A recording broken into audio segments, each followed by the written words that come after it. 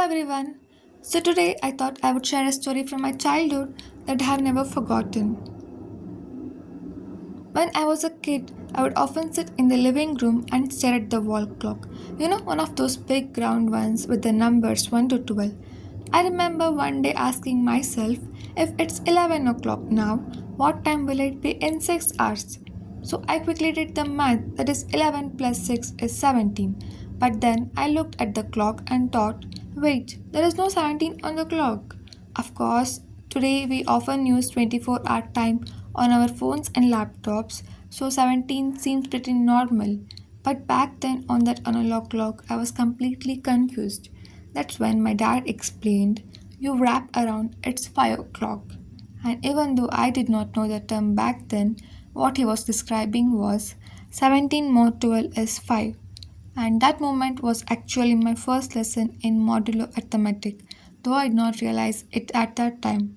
So today I'm going to show you how that simple idea of wrapping around leads to a powerful mathematical structure called the additive group of integers modulo n or Zn. So I'm Preethi, a second year computer science and engineering student at Shri Venkateshwara College of Engineering, Bengaluru.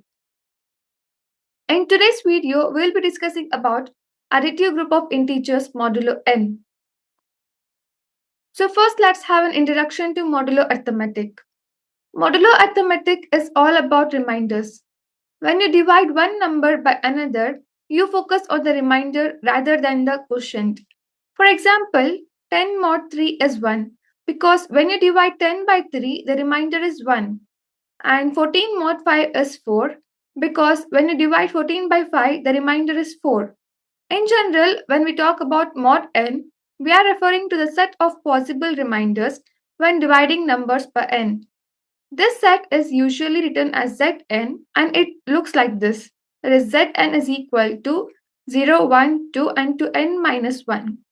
For example, in Z5, the set would be 0, 1, 2, 3, 4 and in Z4, the set would be 0, 1, 2, 3. Now let's see what is a group. In mathematics, a group is a set with a specific operation that satisfies four main properties. The four main properties are closure, associativity, identity, and inverses. So first, let's see what is a closure.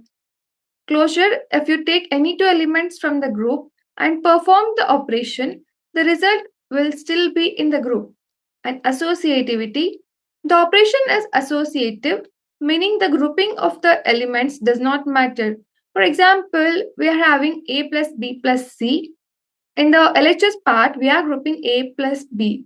And in the RHS part, we are grouping B plus C, but still the both results are same. And the third one is identity. There is an element often called the identity, which leaves any element unchanged when combined with it. For example, A plus 0 is A. And the fourth one is inverses. Every element in the group has an inverse, such that when you combine the element and its inverse, you get the identity. For example, 3 and minus 3 are inverses because 3 plus minus 3 is 0 and 0 is the identity here.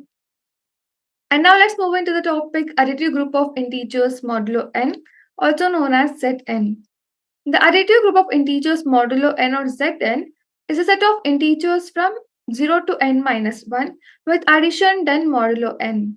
For example, let's take Z6. The set is 0, 1, 2, 3, 4, 5. Now we add numbers in this set using modulo n. For example, 2 plus 3 is 5 and since 5 mod 6 is 5, we have 2 plus 3 5 and Z6. And the next example is 4 plus 4 is 8 and 8 is not inside the set of Z6. So what we'll do is 8 mod 6 and we'll get 2. So now we'll be having 4 plus 4 that is 2 in Z6. Now let's verify that Zn forms a group by checking the four properties, that is closure, associativity, identity and inverses. And the first property is closure. If we take any two numbers in Z6 and add them, the result is still in Z6.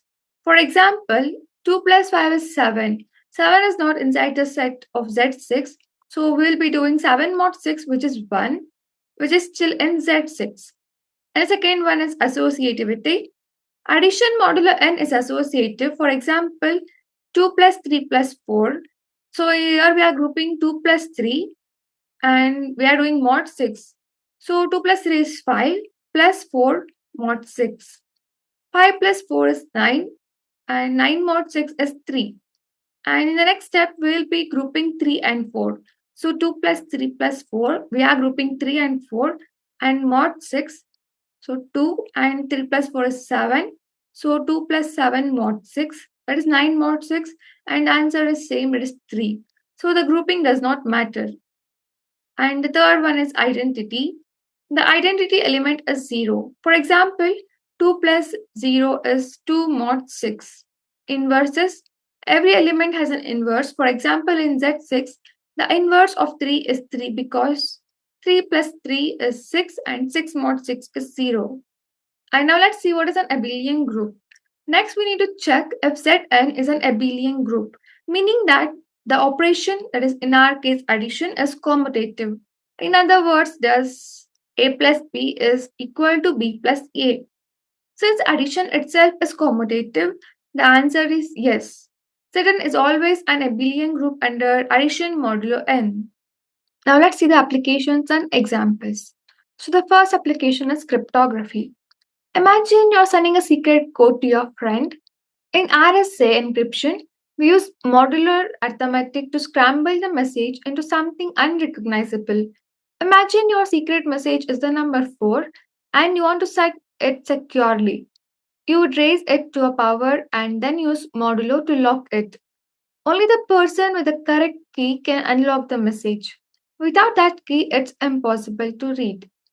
And the second application is computer science. And the example is imagine you're searching your favorite video on YouTube. The platform has millions of videos, but it needs to find your video super fast. How does it do this? So the answer is it uses hashing algorithms to map the videos into different locations in its storage system.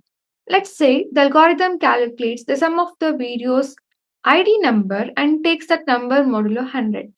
This means that instead of searching through millions of videos, the computer has only to look in 100 places. Now let's have a conclusion for today's session. The additive group of integers modulo n zn may sound like a purely mathematical concept, but it's actually a brilliant and practical tool that influences many aspects of our lives. It shows us how cyclical patterns work, whether it's the hearts on a clock, turns in a game, or repeating sequences in data. It forms the foundation of modern cryptography, protecting our messages, transactions, and identities online. It helps computers store, sort, and retrieve information faster through hashing and indexing. It even helps regulate timing systems from digital clocks to traffic lights, making sure everything runs on a predictable loop. ZN teaches us that sometimes math does not go on forever. It wraps around just like life often does. It's not just about numbers, it's about structure, logic, and elegant repetition. Thank you for watching. Please do like and share the video.